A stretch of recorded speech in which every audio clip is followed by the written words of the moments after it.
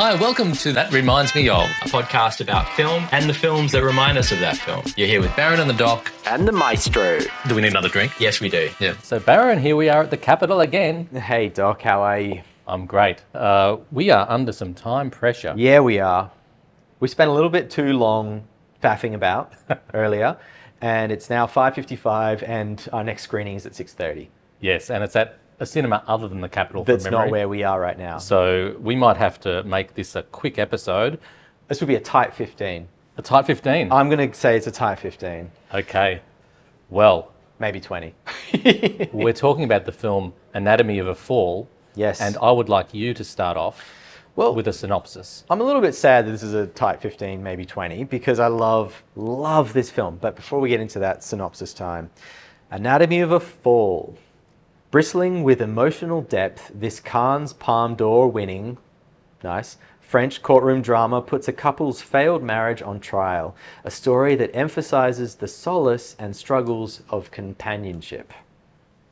It's a ripper. Oh, such a good film. Palme d'Or winning. I mean, it's right there. Say no more. Say no more. Go see it, folks. It's great. Anyway. Episode done. Episode done. What else is there to say? It won. It was great. It is great. Go see it. What do you have to say about this film? When I started watching it, I was really mesmerised by just the first scene with it was the ball bouncing down the stairs, the dog going to pick up the ball and running back up. Yes. I don't know why, but it felt cinematic. It did. It felt very Haneke. It felt exactly Haneke. Didn't it? Wow, that's what it is. Yes. I didn't pick that up, but yes, Yeah. it felt like Haneke. Yes. And there's no quicker way to my heart than to be like Haneke. A long shot of everyday life occurring in a house with the sure knowledge that it's all about to go horribly wrong. That's exactly right. Yeah. Do I even need to ask what you thought of it? You've said, Yeah. you've given it all away. I but spoiled it. Any thoughts before we get on to the guts of the show and our references? Let's flash back to the other night. Was it the other night? 2 nights ago? Whenever it was. It was late. It was a long day. We had been at it since 9 in the morning, and Yep. it was now 9:30 at night, and the film is 2.5 hours long, and I was tired. And there was a very, very sincere thought in my head that if this is not good in the first 10 minutes, I'm out skis. I'm going home and going to bed. I'm going to curl up, and I'm going to have no sort of remorse about it whatsoever. But I was riveted. From that first shot, I was riveted. I could not look away. You were leaning forward in your seat sometimes. Yep. Noticeably. Yes. And I was wondering, because I had actually given you express permission Yeah. prior to, I said, look, mate, if you can't, because you were tired, so Yeah. was I, if you can't make it through, just leave. We Yep. just won't do this one. Yep. So when you're leaning forward, I'm thinking, is he interested or is he just about to go? But I'm glad you were riveted, because so was I. I was so into it, man. I loved it. I love this film. It's so far the pick of the festival for me by a long way. So I think what I love about it the most is the dialogue and the just beautiful performances. It's wonderful. There wasn't a moment in this film where I was pulled out of the film. There wasn't a moment where I felt like I was, watching a movie even. Like, it just felt like real life unraveling before my eyes. And it's an awful situation. It's a wife being accused of killing her husband. And I couldn't look away. And also, if that's how courtroom dramas or actual courtroom trials unravel in France, count me out. I don't want to be there. That's terrible. I was wondering that all through. Is this a true to life version of what French courtrooms feel like? It wouldn't surprise me, because they're a bit different over there, a bit more artistic, and it was a more artistic approach to the law. It's so loose. Yeah. The prosecutor in particular can just waltz around the courtroom interviewing or speaking to or asking questions of anybody he feels like, pausing for 10 minutes to just have a rant or just drop an inappropriate comment. Nobody pulls him up on it. It's fine. The second that the defense lawyer does the same thing, it's, This isn't a closing statement, folks, even though it might appear that way. It's bizarre. It felt a bit Judge Judy. Did. You know how she's sort of talking to both of them at once. Yes. And I like that flexibility. I hope this is how courts operate there, because it's sensible. You speak to who you need to speak to at the time, in whatever order. You know, bring someone in off the it's very relaxed. off the street. Just whatever you need to get to the truth. Yep. Yeah, although it does at the same time feel like a competition about who can tell the better story in court. Yes. About the truth, you know? Yeah. So there was a lot of fairy tales. Yeah. Within it. But that's what makes it so riveting and fascinating. Part of it is that crazy. It's such an unusual way of a court to run when you've got like a whole lifetime of courtroom dramas behind you that are nothing like that.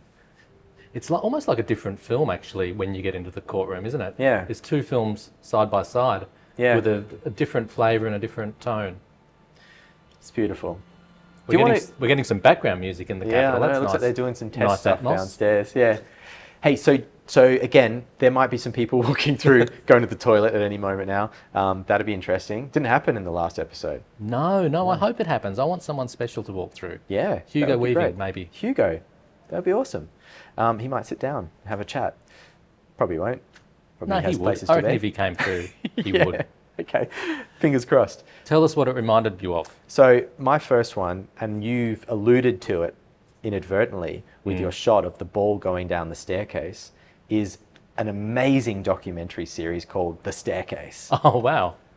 Is it called The Stairwell or The Staircase? The stair something, but I'm gonna the stick main with The point is that Staircase. I alluded to it Yes, unknowingly. Absolutely. It is one of the best documentary series that you can watch, a person can view. It's amazing, absolutely amazing. It follows the true story of an American writer whose wife ends up at the bottom of the staircase and he's accused of the murder. Ooh. And you watch the prosecution and the defense teams poring over evidence as the evidence actually surfaces, because the documentary filmmaker was there before. I think it was either just before the murder occurred or something was already in the works. Yeah, wow. And so he's there capturing all of it as it unravels. And that's what this film does. It's like the beginning of the film is the day of. Yep. And then you watch the whole thing happen right up through to the end of the trial.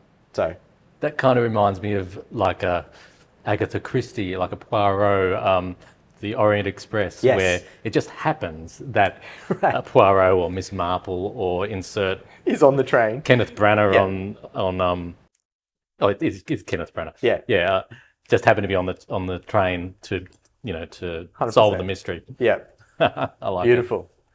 What about you, Doc? What do you got? The first one I've got is broadly Ian McEwan, the British novelist, specifically his novel Enduring Love. And how that novel opens sticks with me all the time. It's a ballooning accident where there's a hot air balloon goes haywire, and these blokes are trying to hold the balloon up. Everyone lets go, and one guy keeps hold of it, drifts off into outer space, not outer space, but into the sky, and dies. I think I've seen the movie version. There is a movie version, and it's great too. It is great. I've seen it. It's amazing. Okay, awesome. But the point is that you start with a scene that just feels like the start of a movie. You don't know the significance of it. But then you spend the rest of the novel or the film deconstructing that and just looking at the finest details of it, and all about perception and memory. And it replays the same scene over and over again from different perspectives. Like there's the guy across the field, there's the person who let go. Yes. And so you see it from all these different angles, right? Which is very similar to the structure Yeah. of Anatomy of a Fall. That's beautiful. I was nodding knowingly when you were saying Ian McEwan, because I had no idea who you were talking about, but I've seen the movie, so great. And bonus little point. Yep. I did my honours thesis on Ian McEwan. Wow. And it was called Ian McEwan's Perceptions. And it delved into, with all his novels, the unreliable, actually it was called Unreliable Perceptions, how unreliable memory and perspective and all this can be. So it was almost as if in this film I saw a better version of my thesis on Ian McEwan. Wonderful. One thing I would just want to mention, because it's just made me think about this, the different perceptions and perspectives, is that when you're watching this film, you're watching it from in multiple languages, and it really is interesting how it switches so fluently from one language to another. And it's almost like you're, with the language shifts, experiencing it from a different person's perspective each time, because you have to put yourself in a slightly different situation, like whenever the language shifts. It's just another perspective. Like you've got reality here, and then you've got all these filters that are put on reality, be it memory, be it language, whatever. And all of that makes courtroom drama, where they're trying to get to the truth, incredibly difficult, because there's all those factors going in. And the key witness we forgot to mention is the son of these two, who's a little boy who's blind. He's mostly blind. I think he can see a little bit, but his perceptions of the events are all from what he heard on the day and what he felt while he was touching sort of things around the house. So like that's a whole other interesting perspective. Well, can we just pause on for 1 second on the performance of that actor? I don't have his name with me, which is awful. No, but let me see. I felt that he carried the film. You could say that, several of them carried it, but he just mesmerized me. Absolutely. Yeah. An incredible performance. But I would say all of the performances in this film are incredible. They're all great. Flawless performances. Flawless. I can say that with 100% confidence. Yeah. So you got another one for me? I do. It is Force Majeure, which we've talked about too many times to even talk about again. Yeah, there's not too many times you can talk about Force Majeure. It's one of my absolute favorites of all time. It's such a great film. I'm not going to do the whole synopsis. It centers on an event and the various perspectives of that event and the fallout of the family because of the reactions to the event, which is what this film is as well. Yeah. Same point as the one I was as Enduring Love, I think. Totally. Yes, 100%. Back to you, Doc. What do you got? I've got a couple, but I'll run through them quickly.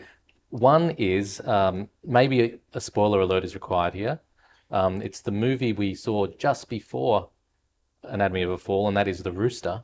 And what reminded me of it was the Hugo Weaving character and the father in Anatomy of a Fall. Both were responsible for their child having an accident and a disability. Yes. I think it might have even been a similar disability. It was both with their eyes or vision. Injury. Yep. So just the way both films have explored fatherhood and guilt and blame and those sorts of themes, I thought there was very clear parallels and in both films done great. And just that thing that as a father, there's a very strong expectation on yourself that you are there to protect your children. And when you actually are then therefore responsible for an injury that happens to them, the guilt, it's shattering. So it's interesting. It's the worst. And not sure how many films have done that, but it's a very interesting angle on masculinity. Cool connection. That's a cool connection. It just made me think, when you first said The Rooster, I can remember in one of our interviews the other day with Mel, she was like, I can't remember what the reference was. We said something and she was like, oh yeah, like, how is that connected to my film in any way? and then you had to, once the explanation came out, she was like, oh, that's rad, I dig it. I feel like that's a bit we were going to cut out. But, probably. We'll see. We'll see what happens. Do you have any others? Well, no, just this, the obvious courtroom drama connection. Yep. Films like A Time to Kill. There's been countless of them. I love that this film gives you a completely new spin on what a courtroom drama can be because of how unconventional it is. Can I have a couple of bonuses? Please. Quick fire ones. And then we've got to run to a film, so make them quick. I think we're going okay. Yeah, we're going okay. Couple of minutes. Witness by Peter Weir.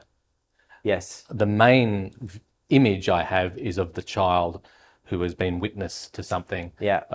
In that film, I think he was actually witness to a murder. A murder. Yeah. And that's the pivotal thing. It's the title of the damn film. Yep. And I thought, when all is said and done, that was the real kernel of beauty in Anatomy of a Fall. That image of the child coming to terms with being a witness, being a good witness. Yes. And just perhaps holding the power to the fate of his mother. Like, yeah, that's interesting. yeah. So that's one, and that just got me thinking of Harrison Ford, who's also in that film. Yes. And this was a last-minute one that I thought, The Fugitive. I've always been scared of being falsely accused. Oh, yeah.